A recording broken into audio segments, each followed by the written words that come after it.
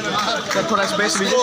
एक नया अध्याय जोड़ रहा है बेगूसराय में चिकित्सा के क्षेत्र में। मोबाइल ऊपर बच्चों के इलाज के लिए जो भी आवश्यकताएं थी उनको पूरा किया गया है।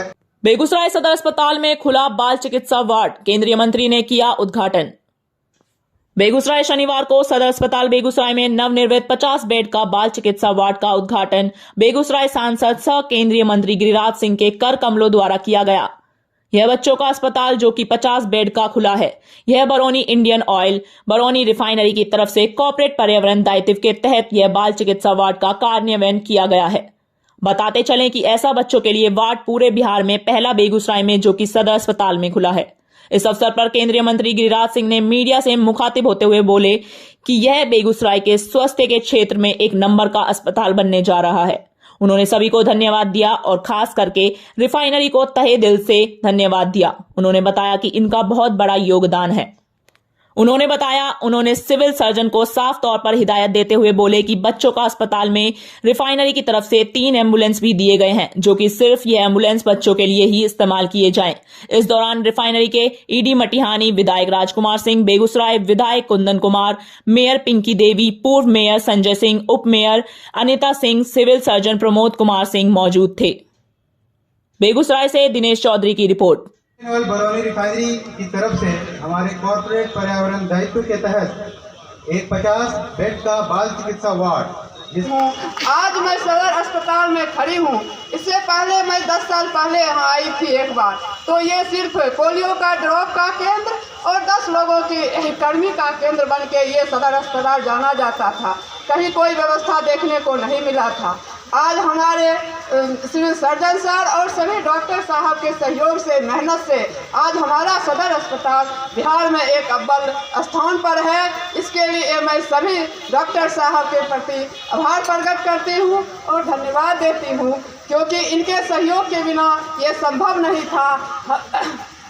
हमारे शहर में जितने भी पैसे वाले लोग हैं वो तो जहाँ तहाँ जाके इलाज करा लेते हैं, पटना दिल्ली जाके, लेकिन गरीब लोगों के लिए ये सदर अस्पताल एक भगवान, डॉक्टर एक भगवान के रूप में काम करते हैं। आज सभी डॉक्टर साहब अपने आप को साबित कर दिए हैं। हम गरीबों के मसीहा नहीं, हम गरीबों के भगवान भी हैं। से तहे दिल से उन्हें धन्यवाद देती हूँ। और यहाँ बैठे हुए जितने भी हमारे अभिभावकगण हैं उनके सामने तो मैं एक छोटा सा आप लोगों के चुने हुए एक प्रतिनिधि हूँ और मैं अपील आग्रह करती हूँ, जैसे सुबह में सूर्य भगवान उगते हैं तो हम लोग के लिए नया सवेरा। अंधविश्वास फैलाने का ऊपर धीरेन्द्र शास्त्री पर लगा रहे हैं आरोप है। जो लोग इन पर अंधविश्वास फैलाने का आरोप लगा रहे हैं, मैं इतना ही उनसे कहूँगा कि सनातन की संस्कृति और सनातन में जो हमारे वैदिक परंपरा में लोगों के पास ताकत, तंत्र मंत्र, साधना से आता है, उसकी आप चर्चा नहीं कर सकते हैं। पत्रकार गए थे, जो पत्रकारों ने पूछा उनसे उनके बैक बता दिया और भविष्य बता दिया। तो मुझे लगता है हिंदू सनातन को लोग अपमानित ना करें और वो सनातन परंपरा के अनुसार ही उनकी साधना है। अगर वो कर रहे हैं तो आप उसकी निंदा ना करें। भारत के सनातन संस्कृति में सैकड़ों हमारे ऐसे मनीषी आए जो भूत भविष्य वर्तमान को बताने का काम करते हैं, और एक आप सनातन को बदनाम कर रहे हैं। अगर कोई ये मुस्लिम समुदाय के संत होते तो आपकी तो जुबान नहीं खुलती, तुरंत आपके ऊपर जारी हो जाता। और इसलिए मैं बार बार कहता हूँ, भारत के अंदर एक नई परंपरा शुरू हुई है, सनातन को डिमोरलाइज करना, सनातन के प्रति घृणा फैलाना, ये हो रहा है। इसे बंद करना चाहिए। अगर सनातन की जनसंख्या है तभी भारत का लोकतंत्र भी स्थापित। क्या लगता है इसकी चिंगारी कौन लोग, इसकी चिंगारी में कौन लोग? अब ये सब जानता है, इसको खोलने की जरूरत नहीं है। 10 लाख रुपए और जो बीएमपी से तपस्या, बीएमपी से लेकर हमारे रिफाइनरी गेट में रोड का चौड़ीकरण किया जा रहा है और लाइटिंग की व्यवस्था की जा रही है, जिसमें बरौनी रिफाइनरी 3.33 करोड़ रुपए स्पेंड कर रही है। CSR के तहत हम लोग 1.2 करोड़ इस साल के मार्च तक में सारा का सारा हम लोग स्पेंड करेंगे। CR के तहत जो ड्रेनेज सिस्टम है केसावे विलेज में, वो काम लगभग कंप्लीट हो गया है, जिसमें हम लोगों ने 6.15 करोड़ रुपए खर्च किए हैं।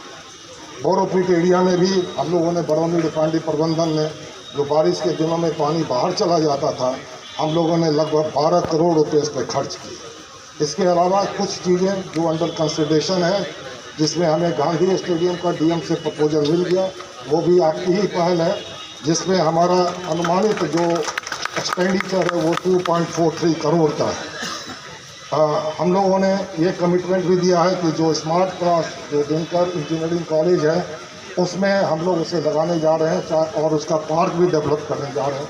उसमें तकरीबन 25 से 30 लाख हम लोग, उससे हम सभी उम्मीद करते हैं और हमें उम्मीद ही नहीं विश्वास है कि ये व्यवस्था अभिभावक तुल्य केंद्रीय मंत्री श्री गिरिराज बाबू, भ्रातृतुल्य कुंदन कुमार जी, राजकुमार जी, संजय जी और श्रीमती सुनीति देवी, सीता जी और जितने भी लोगों का हमारे पूर्ववर्ती नीरज जी ने नाम लिया है, उन सबों को मेरी ओर से आभार है। विभिन्न कारणों से यह एक बहुत गौरव की बात है कि इस क्षेत्र के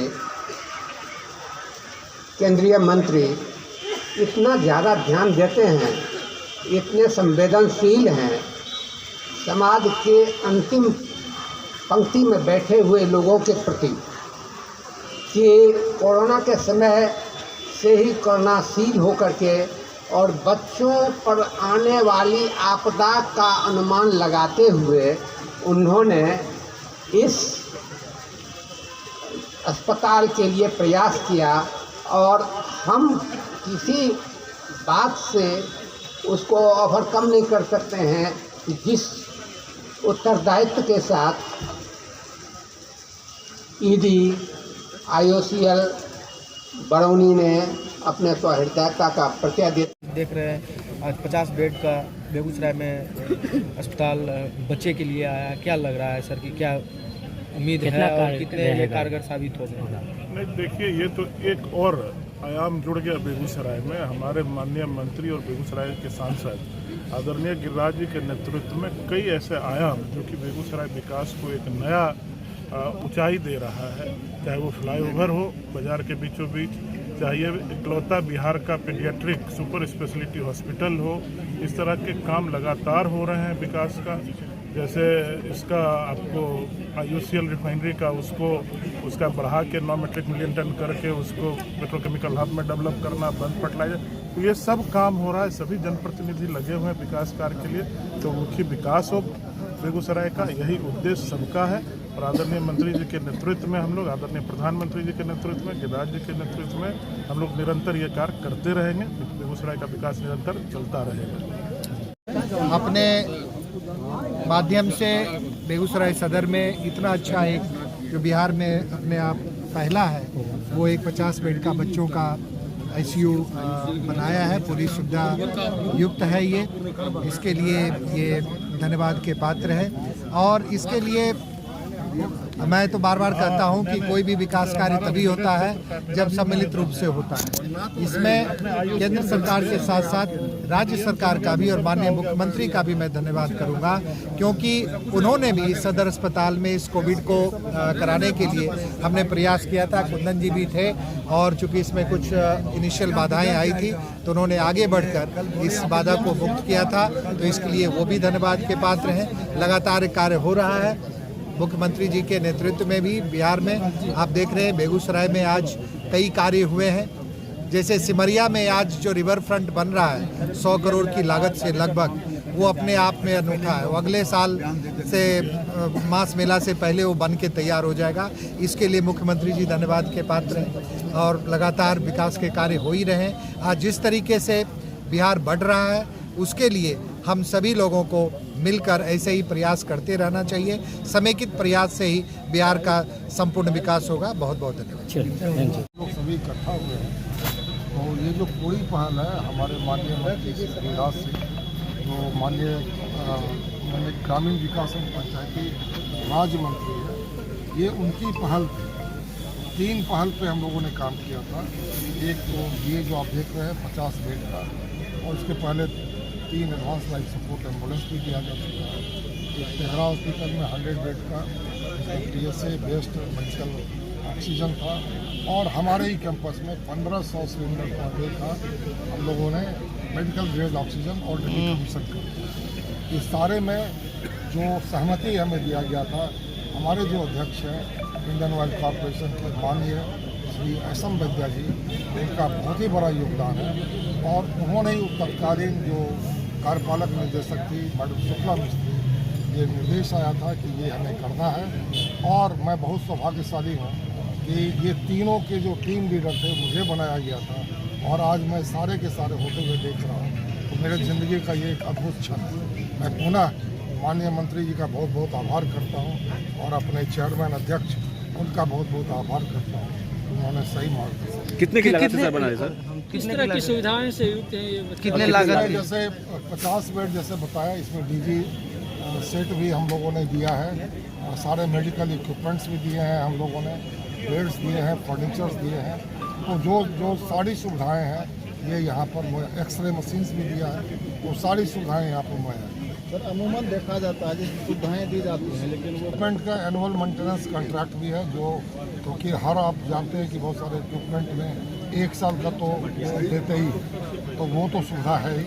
और इसके अलावा जो मेडिकल सपोर्ट होगा, जब भी ज़रूरत पड़ेगा सदर अस्पताल में, या हम लोग भी जब वेंडर को बुलाने की आवश्यकता होगी, हम लोग उसमें भी कोऑर्डिनेट करेंगे, योगदान करेंगे। कितने लागत की ये 7.48 करोड़।